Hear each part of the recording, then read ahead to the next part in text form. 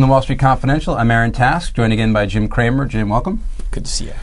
Thanks for being here. There's a lot of economic data out today, but I want to talk about something else first. Again, today we have the misdirection from the futures. The futures pointing to an up market, and as of right now, stocks are down again. Is this just because it's the holiday period that we're seeing this? You know, a lot of times when I was short at my hedge fund and I was positioned short, meaning I needed it down, I would create a level of activity beforehand that could drive the futures. It doesn't take much money. Similarly, if I were long and I would want to make things a little bit rosy, I would go in and take a bunch of stocks and make sure that they're higher. And maybe commit $5 million in capital to do it, and I could affect it. What you're seeing now is it probably is bigger market now. Maybe you need $10 million in capital to knock this stuff down, but it's a fun game and it's a lucrative game, and you can move it up and then fade it. That's often creates a very negative feel. So let's say you take a longer term view intraday, and you say, listen, I'm going to boost the futures, and then when the real sellers come in, real market comes in, they're going to knock it down. That's going to create a negative view. That's a strategy very worth doing when you're valued on a day-to-day basis. And I would encourage anyone who's in the hedge fund game to do it because it's legal, right? And it is a very quick way to make money and very satisfying. Okay. Well, by the way, no one else in the world would ever admit that, but I can care. That's right, and you can say that here. I can't. I'm not going to say it on TV. Well, on a related note, there's so many more hedge funds today than when you were managing your hedge fund. Right. Do you think does that exacerbate the moves, or does it make it tougher? Well, you know, the hedge funds are positioned long-short, okay, not just long like mutual funds. So it's really vital these next 6 days because of your payday. You've really got to control the market. You can't let it lift. When you get a research in motion, it's really important to use a lot of your firepower to knock that down because it's the fulcrum of the market today.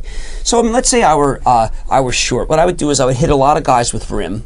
Now, you can't foment. That's a violation of Foment? Yeah, you can't foment. You can't create yourself an impression that a stock's down.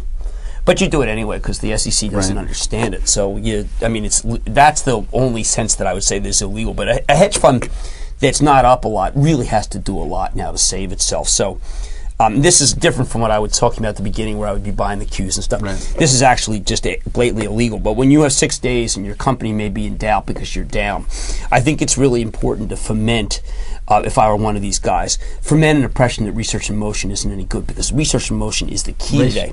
So, you know, you would hit this guy and that guy, and when you would see an offering, when you see a guy who's bidding, you'd wipe out that guy very quickly. And what I used to do was called, if I wanted to go higher, I would take and bid. And if I wanted to go lower, I'd hit an offer. And I could get a stock like RIM for maybe, that might cost me 15, 20 million, Annie, to knock RIM down. But it would be fabulous because it would beleaguer all the moron longs who are also keying on research in motion. So we're seeing that. That's, you know, again, when your company's in a survival mode, it's really important to defeat research in motion and get the Pisanis of the world and the people talking about it as if there's something wrong with RIM. Then you would call the journal and you get the bozo reporter on research in motion, and you would feed that there's a Palm's got a killer it's going to give away. These are all the things you must do on a day like today, and if you're not doing it, maybe you shouldn't be in the game. Okay. Another stock that a lot of people are focused on right now seems to be Apple. Yeah, Apple's very important to spread the rumor that that both Verizon and AT&T have decided they don't like the phone. Right. That's a very easy one to do because it's also, you want to spread the rumor that it's not going to be ready for Macworld. And this is very easy because the people who write about Apple want that story. And you can claim that it's credible because you spoke to someone at Apple, because Apple isn't and it doesn't. Right, they're not going to comment. They're not going to say. So it's really an ideal short.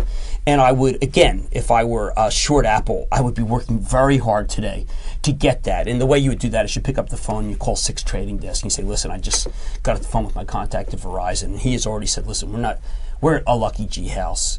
We're a Samsung house. We're a Motorola house. There's no room for Apple. They want too much. We're not going to let them in. We're not going to let them do what they did to music. And, you know, I think that's a very effective way to keep a stock down. Right. I might also, by the way, because the stock at 84, 85, with a little bit of capital, you go buy some January 80 puts that makes it look like there's going to be something going on. So maybe you give Morgan an order to buy 1,000 Jan 80 puts. Then you go position limit with you use a firm that doesn't know what the heck it's doing. Maybe you go to UBS for puts, and you just kind of create an image that there's going to be news next week, and that's going to frighten everybody. Right. Then they all go out and say large put buyer UBS. Then they call Pisani again. You have to use those guys and say, listen, I see a big buyer of puts, and I'm told that it's SAC. You would do that too, and these are all what's really going on under the market that you don't see. Right, and nobody else talks about. Right, it except but you. what's important when you're in that hedge fund mode is to not do anything remotely truthful, because the truth is so against your view Right. that it's important to create a new truth, to develop a fiction.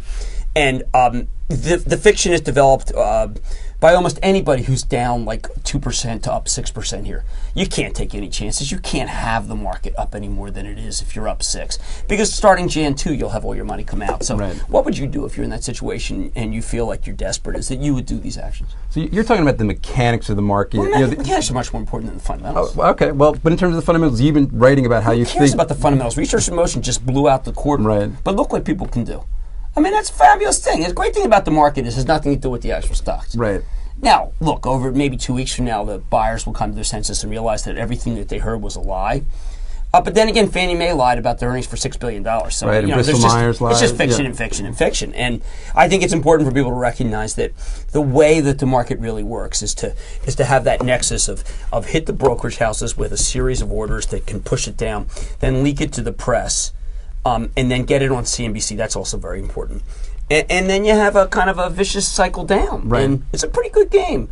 And it can be played. It can pay for 1% or 2. Right, and then do you get long before Macworld and the expectation that the Yeah, because iPhone you is going drove to it be down. good? Right, and then you go back, You flip to the certainly long got to side. use the other side. Interesting. Yeah, and there's a case where I would say the January 80 puts can be justified, because after I've knocked the stock down to 80, I can buy a lot of common, and then you play it right into Macworld, where they'll probably introduce the phone, and Verizon's going to take it. Okay. Well, maybe the fundamentals don't matter, but let's talk about the Well, Fed remember, a little bit. what Wall Street Confidential is Yes. not giving you the party line. Oh, here's the Right. party line, by the way. I spoke to Apple. The phone, I hear the phones are good, and Verizon might take it. And as a matter of fact, the research in motion sellers, I don't think they know what they're talking about.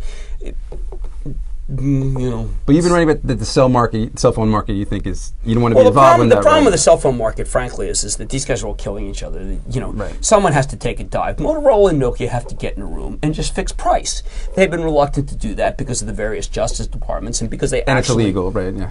Well, that hasn't stopped a lot of other companies. This is true. This seems to be a case where they seem to be directly worried about the authorities. It's almost as if they have a lawyer that matters, unlike, say, the Bristol Myers lawyers. And what eventually happens is the shareholders demand that you get phony lawyers and you sit in the room. And it'll happen soon. Real quick, the Fed, the numbers out today weaker than expected. Oh, so what? The Fed has obviously got to cut. But again, you call the various guys who cover the bonds and you say, ignore the bond action. What's really happened is the Fed is very frightened about, and then you gin up the number that they're really frightened about. The Fed is actually desperate to try to figure out, how quickly they have to cut without looking like dopes that they raised. Right, because they've been talking about they're worried about inflation all this last few months. You don't want to raise in May and then cut in January. You look like Mexico, for heaven's sake. I mean, this is like a distinguished group of people who went to really good schools. Right, these are smart guys. Absolutely. Yeah, they don't want to look like dopes. But when we were talking earlier in the week, you said you think it would be some sort of crisis, possibly Ford being a trigger. Well, Ford went and did all that, they pledged all this investment banking to all these guys. So now that they're very reluctant to say negative things, it makes it much tougher for the Ford story to play out. I mean, the amount of business that Ford has to do. Ford might be the big client of 2007. So if I were in the corporate finance room, I would say, listen to the research guy. I said, listen, I spoke with Mullally. I actually have the inside. The plan works. So then you're the research guy and you say, oh, man, what do I do? It's bonus time. I'm not going to be a total idiot. Spitzer's going to Albany. Let's get back in the game. Right. I think that's important. Is it possible then? Because a year ago at this time, a lot of people were saying GM's about to go bankrupt, and of course the stock's up 50-some-odd%. Well, could Ford be that stock? Their 57, GM. 57, No, the GM. The difference between Ford and GM was the GM's balance sheet was never really. It turned out wasn't that bad. Ford's balance sheet's pathetic, and you know that because they were willing to screw over the common for the bonds. Right. That's kind of if it weren't Ford, if this were Qualcomm. We'd be saying Qualcomm is desperate, but no, it's Ford. But it's so Ford. It's an American icon. Yeah, I and drove a right. Ford. I owned a Ford once. And this is our country. Well, Yeah, this right. has been Jim Cramer. For Wall Street Again, Confidential. what I'm trying to go for in the Wall Street Confidential, and I'm not saying you're sending me. I have to talk about what it's like at my hedge fund, okay? And what other hedge funds do, because the difference is that if this is an intraday show, and you need to know what I know is going on.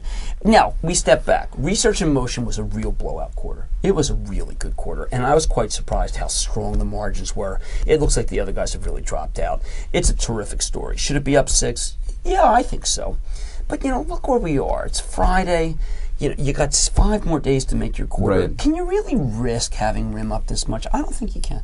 Okay, and they're not. And if I'm correct, you're off next week. Yes, I am. Okay, and I am as well. Right. So we'll be back in 2007. I'm hoping that we finish the year at 1260, because that's at 12,460, because that's what I said at the beginning of the year was. Now, yesterday we came in and we were 20 points away from what I predicted.